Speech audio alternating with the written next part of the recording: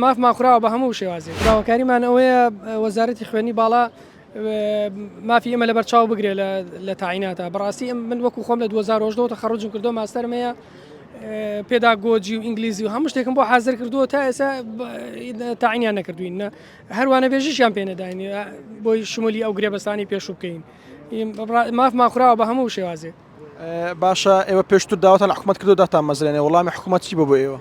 باوەڕم پێ بکە دەجا زیاتر هاتوون بەردەم وەزارەتی خوێنی باڵا بەرامبەر ئەنجومەنی وەزیران بۆ پەرلەمان هیچ سوودی نێ بە هەر جارۆ بە شێوازێ بەڕێیان کردوین و ئیتر لەو بینە مافمان خوراوە. جاران کە داوای دامەزراندنمان دەکرد گردە بووینەوە دەیان گوت کەوا فەراغ نییە و هەموو زانکۆکان پڕن، بەڵام ئێستا دەبینین نزیکەی 1200 مامۆستا لە وەزارەتی خوێنی باڵا خانە نشین دەبێ، ئەوەش بێگومان فەراغێکی زۆر دروست دەکە. بۆیە هیوادارین حکوومەت بەدەم داواکانمانەوە بێ هەم ئەوە دەبێتە تەشجیع و پاڵنەرە چش لە بۆ ئەوانەی ئێستا خەریکن دەیانەوێت ماستەر دکتۆرا بخوێنن، ئەگەر نە هەر تەماشای ئەوانەی پێشخۆیان بکەن ئەوانەی کە هینایتیان و ئیدی دەرفەتی دامەزراندنیانی ڕەنگە ئەوانیش سارد بنەوە.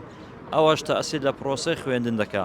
دواکەوتنی پرۆسەی خوێندنی شاخود سارد بوونەوە لاوازبوونی مەسەڵەی خوێندن لە هەموو وڵاتان دەبێتە هۆی لاوازبوونی ئەو وڵاتە و دەبێتە هۆی ئەوەی کە ئەو وڵاتە بەرەو پێشەوە نەڕوە، چونکە خوێندن و مامۆستایەتی و برێ مامۆستای زانکۆ و پەیمانگاکان بڕبڕی پشتی پێشکەوتنی هەموو وڵاتانن.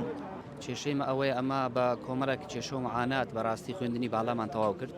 ئەوجا ماجستێر و دکتۆرا هەردوو لامان هەیە، ئێستاش فراغەکی باش هەیە و ماوەکی باش ئەمە تەواومان کردیا.